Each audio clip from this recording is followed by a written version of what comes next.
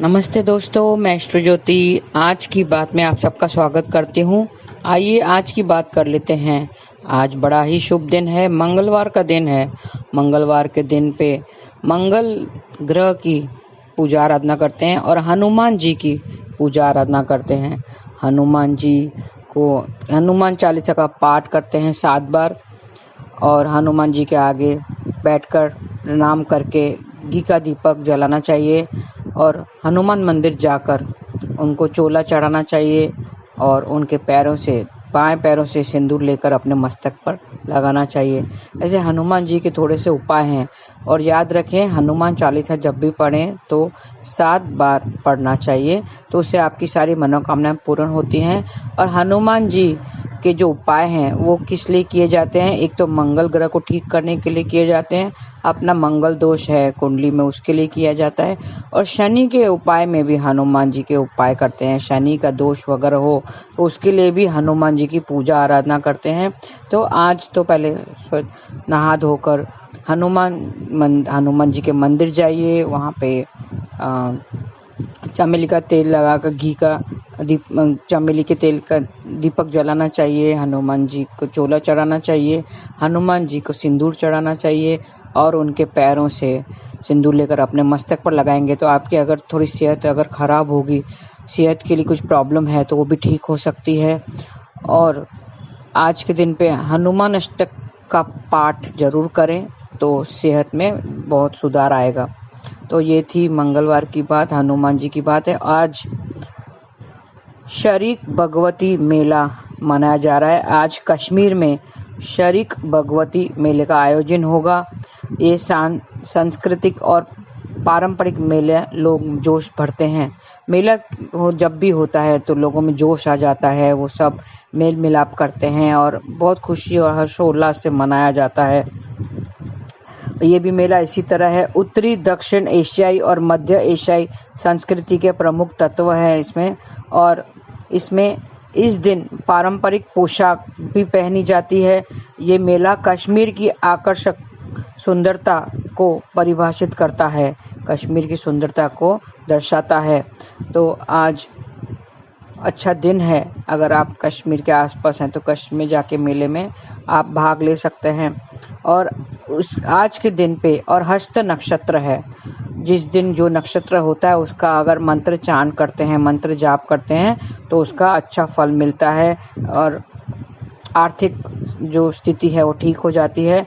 तो आज उसके उपाय मैं बताती हूँ, थोड़े से 2-4 उपाय है, वो करके आप आर्थिक अपनी स्थिति मजबूत कर सकते हैं, सुख समृद्धि पा सकते हैं और अपना बैंक बैलेंस भी बढ़ा सकते हैं। तो चांदी की अंगूठी दाएं हाथ में आपको धारण करनी चाहिए।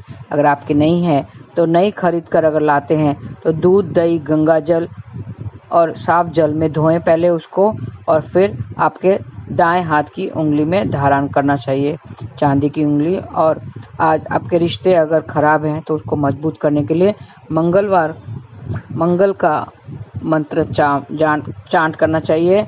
ओम क्राम क्रीम क्रॉम सह भौमाय नमः, ऐसा मंगल का मंत्र है, ये भी आप जाप कर सकते हैं। चंद्रमा का मंत्र भी जाप कर सकते हैं। चंद्रमा का मंत्र है ओम श्राम श्रीम श्रोम सह चंद्रमसे नमः।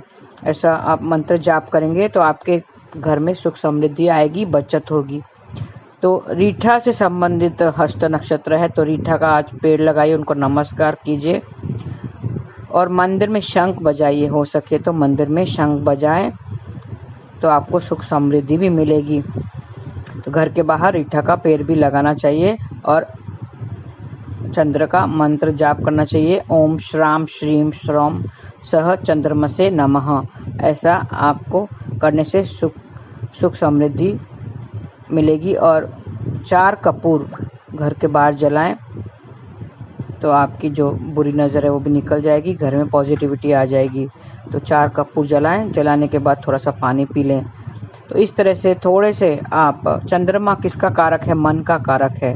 जैसे सूरज आत्मा का कारक होता है, वैसे चंद्रमा मन का कारक है, माँ का कारक है। तो आज माँ की जो भी बातें हैं वो सुनना चाहिए, माँ के चरण स्पर्श करना चाहिए, माँ से आशीर्वाद लेना चाहिए और मन अपना ठीक रखना चाहिए। मन में चंद्रदेव का ध्यान करें और एक मुट्ठी चावल लेकर साफ पानी में प्रभावित करें। तो आज के दिन ऐसे करने से आपकी इच्छा जो जल्द पूरी हो जाएगी। आपके मन में जो भी इच्छा है वो प्रकट कीजिए। तो ये खास उपाय, ये जो नक्षत्र और दिन के तिथि के हिसाब से जो खास उपाय जो मैं बताती हूँ वो करके देखिए। वो करने से आपके जो भी मनोरथ है वो पूरे हो जाएंगे, इच्छाएं सब पूरी होगी। चावल के साथ मिश्री भी मिलाकर बहा सकते हैं। तो सुगंधित पुष्प चढ़ाइए, घी का दीपक जलाइए। घर के मंदिर में घी का दीपक जलाना है तो पुष्प वगैरह से, और सुगंधित अगरबत्ती आप जला सकते हैं। तो सफ़ेद रंग के फूल चढ़ाएंगे तो आज आपके व्यापार में अच्छा लाभ होगा। एक पौधे को मंदिर के आंगन में भी लगा दें। तो इस तरह से करने से व्यापार में आमदनी बढ़ेगी। तो आप ये छोटे छोटे उपाय हैं। आज शिवलिंग पर जल में कुछ बूंद दूध की बूंदें भी डालकर चढ़ा सकते हैं। वैसे शिवलिंग पर अभिषेक, दूध का अभिषेक करने से आपके वास्तु संबंधित दोष दूर हो सकते हैं। और जटा वाला नारियल भी चढ़ाएं तो आपकी इच्छाएं सब पूरी हो जाएगी। नारियल को हनुमान जी के मंदिर में चढ़ा दें और हनुमान अष्टक का पाठ जरूर करें। आज के दिन पे हनुमान चालीसा पढ़ें, पाठ करें तो आपकी शनि का जो दोष है या मंगल दोष है, कुछ शादी वगैरह नहीं हो रही है, तो ये उपाय करने से हनुमान जी के उपाय, मंगल के उपाय करने से आपकी सब दुविधाएं दूर हो जाएंगी और शादी के लिए भी रिश्ते आ जाएंगे। तो ये थी आज की बातें। आज मंगलवार के निमित्त जो भी बातें हैं वो मैंने बता दी। आइए अब थोड़ा सा कृष्ण कथा की ओर ध्यान करें। कल मैंने बताया था कि सुख दुख किस वजह से आते हैं, अपने कर्मों की वजह से हमें सुख दुख मिलते हैं। उसी तरह दूसरी बात क्या है, दूसरा कौन सी ऐसी चीज़ है जिससे सुख दुख प्राप्त होता है, वो है व्यवहार। अपना व्यवहार, हमारे शब्द बहुत जादू करते हैं। किसी से दो मीठे शब्द बोल दिए तो दुश्मन को भी दोस्त बना सकते हैं। तो उसी तरह हमारा व्यवहार अच्छा और बुरा होता है, उस वजह से सुख या दुख प्राप्त होता है। दूसरे का व्यवहार अगर खराब हो हमारे प्रति तो हमें दुख मिलता है, और अगर वो अच्छा व्यवहार करे तो एक मन में शांति आती है। उसी तरह हमारा खुद का व्यवहार दूसरों के प्रति अच्छा होना चाहिए। हम सुखद स्वभाव वाले और दूसरों के लिए चिंता करने वाले व्यक्ति को दयालु व्यक्ति कहते हैं। दयालु होना चाहिए, दूसरे के प्रति दया भाव दिखाना चाहिए। हमारा व्यवहार अगर अच्छा है तो सामने वाला भी खुश होता है और हमारे मन में भी शांति आती है। और अगर बुरा व्यवहार करते हैं और जिनके अंदर विकारों से भरे हुए हैं, क्रोध, लोभ, मोह, अहंकार, ये सब विकारें हैं, तो उनका स्वभाव ही खराब होता है। जो क्रोधित लोग होते हैं उनका व्यवहार बहुत खराब होता है। दूसरों के प्रति कुछ आदर नहीं करते हैं, रिस्पेक्ट नहीं करते हैं, दूसरों को चिल्लाते रहते हैं, क्रोधित होते रहते हैं, हर बात में, छोटी छोटी बात में चिल्लाते रहते हैं। दूसरे लोगों को तो छोड़, घर में जो लोग हैं उनसे भी उनका व्यवहार ठीक नहीं रहता है।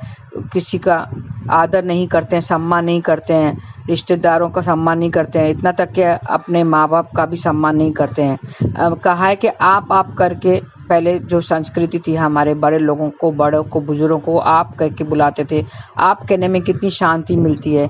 लेकिन आज की दुनिया में आज पूरी बदल गई है। आज कोई किसी की चिंता नहीं करता है और अपना व्यवहार सुधारने की कोशिश नहीं करता है। उनका व्यवहार इतना बिगड़ गया है कि अपने माँ बाप को भी तू तरार करके बात करते हैं। तुझे अक्ल नहीं है, तुझे समझ नहीं आता है, ऐसे बोला जाता है। तो इज्जत, मान, सम्मान सब आजकल के जो बच्चों में सब निकल गया है। वो हमारी संस्कृति कहाँ गई है? जो पुरानी संस्कृति थी, हम माँ बाप के प्रति आदर सम्मान से गाते थे, बड़े बुजुर्ग आते थे, जो घर की महिला थी अपना सिर ढक लेती थी। पहले तो घूंघट का ज़माना था, फिर वो छोड़कर सर ढकने की बात आई थी। लेकिन आज तक तो सर ढकना तो छोड़ो, घर में गले में चुनरी तो छोड़ो, वो चुनरी छूट गई है। तो ये एक प्रतीक था, जो ओढ़नी जो हम पहनते थे, लेडीज लोग जो पहनते हैं, सर ढकना या गले में ही रख देना चुनरी, वो एक सम्मान, एक आदर का भाव दिखाता था कि हम दूसरों के बड़ों के प्रति, बुजुर्गों के प्रति आदर सम्मान होता था। लेकिन आजकल वो नहीं रहा है। आजकल तो चुनरी कहाँ गई है, उड़ गई पता नहीं। तो ऐसे लोग जो दयालु लोग होते हैं, दूसरों के प्रति संवेदनशीलता रखते हैं, जब भी लोगों को उनकी ज़रूरत होती है वे आसपास के लोगों की मदद करते हैं और कभी भी दूसरे लोगों के चेहरे पर मुस्कुराहट लाने के लिए अपनी सीमा से बाहर जाकर भी संकोच नहीं करते हैं। ऐसे लोग हुआ करते थे पहले, लेकिन अब तो वो देखने को बहुत कम मिलता है। आजकल दयालु लोग जो दूसरों की मदद करने के लिए हमेशा तत्पर रहते हैं वो बहुत कम देखे जाते हैं। पहले दोस्त लोग होते थे, दोस्त लोग में ये आम देखा जाता था। दोस्त कहता था, अरे कोई चिंता मत कर, तू 12 बजे भी फ़ोन करेगा तो मैं आ जाऊंगा, कोई टेंशन मत ले।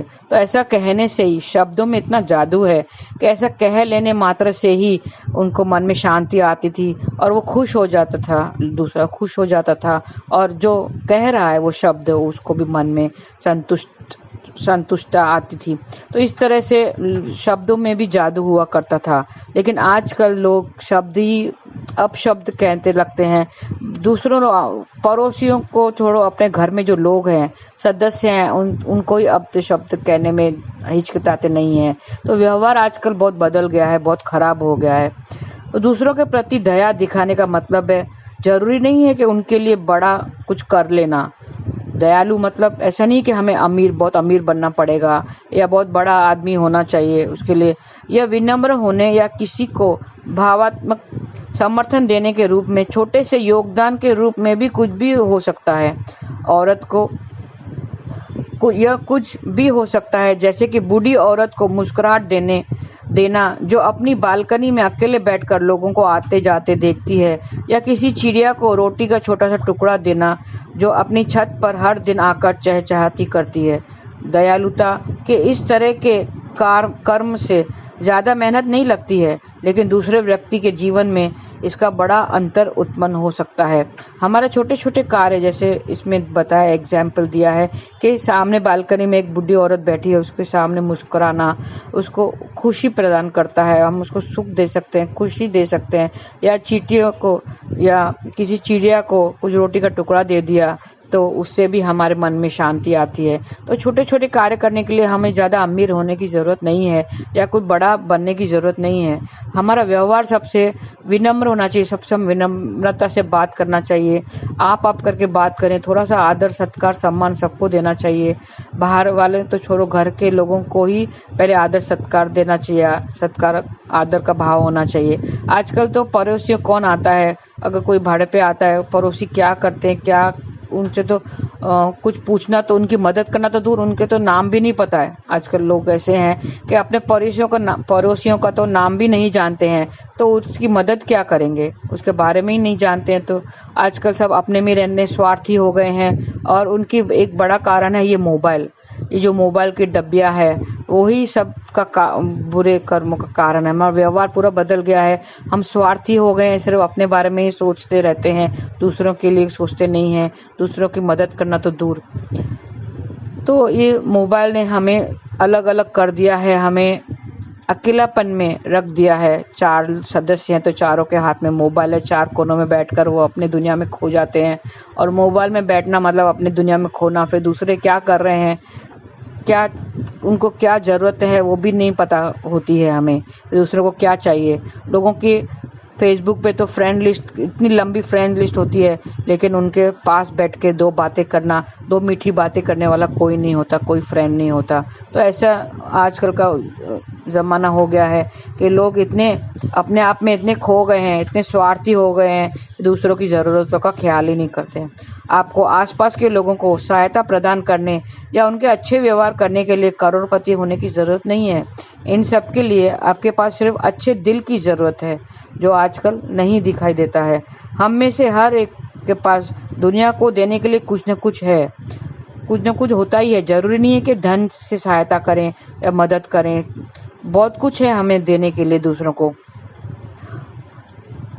हमें यह समझना होगा कि यह क्या है। इसके अलावा हमें अपने आसपास के लोगों के प्रति दयालु होना चाहिए। हमें यह समझने की ज़रूरत है कि अगर लोग एक दूसरे के प्रति दयालु हो तो दुनिया एक बेहतर जगह बन जाएगी। अगर हम दयालु, हम हमारा व्यवहार अच्छा करें, दूसरों से सद्भाव रखें, विनम्रता से बात करें आप करके उनको आदर सम्मान दें तो कितनी खुशी मिलती है सामने वाले को और हमारे मन में भी शांति होती है। तो हमें दूसरों से अच्छा व्यवहार करना चाहिए, अच्छा शब्दों का प्रयोग करना चाहिए, क्योंकि शब्दों में बहुत जादू है। शब्द एक रिश्ता बना भी सकता, बिगड़ा हुआ रिश्ता बना भी सकता है और बना हुआ रिश्ता बिगाड़ भी सकता है। दूसरे लोगों के प्रति दयालु होकर हम न केवल उनकी मदद करते हैं बल्कि उनके चेहरे पर मुस्कुराहट भी लाते हैं, जिससे वे अपने दिल से अच्छा महसूस करते हैं और यह संतोष की भावना देता है और हमें भी सुख देता है। हम दयालु लोग बड़ी मुश्किल से मिलते हैं, आजकल ये लोग दिखाई नहीं देते हैं। वास्तव में अगर हम खुद को देखें तो क्या हम खुद को दयालु कहेंगे? हम अपने आसपास के लोगों का दर्द महसूस करते हैं? नहीं, आजकल ऐसा नहीं दिखता है। आजकल हम पड़ोसियों के बारे में कुछ जानते ही नहीं तो उनका दर्द कैसे महसूस करेंगे? कितनी बार हम उनकी मदद कर पाते हैं? क्या कर पाते हैं? नहीं। अगर हम यह अपेक्षा करते हैं कि दूसरे लोग हमारे प्रति दयालु हो तो हमें भी पहले इस आदत को अपने आप में ढालना चाहिए। अगर हम चाहते हैं कि दूसरा कोई हमसे अच्छा व्यवहार करे तो हमें पहले ये आदत हमारे अंदर डालनी चाहिए। हमें दूसरों से अच्छा व्यवहार करना चाहिए। व्यवहार ही हमें सुख दुख दे सकता है। व्यवहार से ही हम एक दुश्मन को भी आपस में अच्छा दोस्त बना सकते हैं, क्योंकि शब्दों में व्यवहार मतलब अच्छे शब्द अगर यूज़ किए, अच्छे शब्दों में आपने देखा कि वो बहुत चमत्कारिक होते हैं। शब्दों से ही हम सबका दिल जीत सकते हैं। किसी ने ठीक कहा है, यदि आप कम से कम एक बार दया दिखाते हैं दिन में तो कभी आपका दिन बुरा नहीं जाएगा। दूसरों के प्रति दयालु और करुणामय होने से बहुत खुशी होती है। लेने की बजाय हम दूसरों को देने की खुशी बहुत अधिक होती है। हम सिर्फ अभी लेना जानते हैं। आजकल की दुनिया में इतने स्वार्थी हो गए कि बस लेना है, इसका भी लेना है, उसका भी लेना है, इसका हिस्सा चाहिए, उसका इसका चाहिए।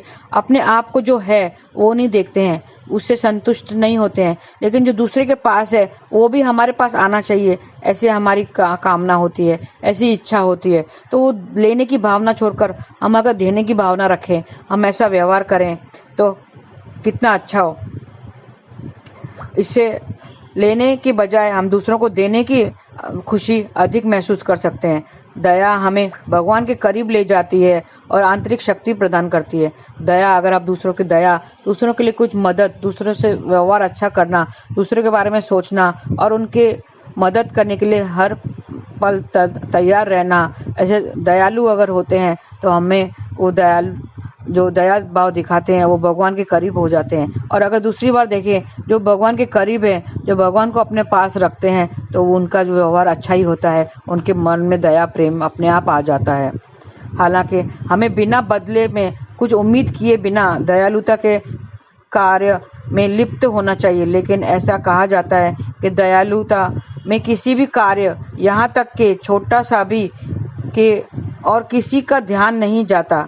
इसका कारण यह है कि भगवान हमें हर समय देखते हैं और वे अपने तरीके से निष्पक्ष होने के लिए जाने जाते हैं।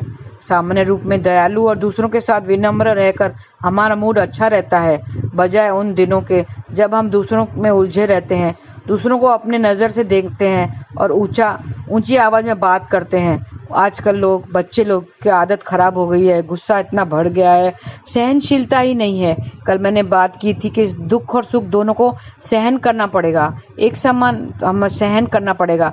दुख तो सहन करना है लेकिन सुख भी हमें सहन करना पड़ेगा। वो हम कैसे करेंगे? जब हमें सहनशीलता आएगी, हमारे मन में सहन शक्ति होगी। तो सहन शक्ति कैसे आएगी? जब हम ये अपना व्यवहार ठीक करेंगे, हम गुस्सा नहीं करेंगे, क्रोध वगैरह विकारों से दूर रहेंगे, गुस्से से बात नहीं करेंगे, दूसरों की मदद करने। इसी तरह किसी को भी छोटी सी मदद करने के लिए हमें अपने बारे में अच्छा लगता है। दूसरों की मदद करने और उनके प्रति दया दिखाने से हम एक संतुष्टि की भावना मिलती है और जो भी हम देते हैं वह जल्दी हमारे पास बहुतायत आ जाता है।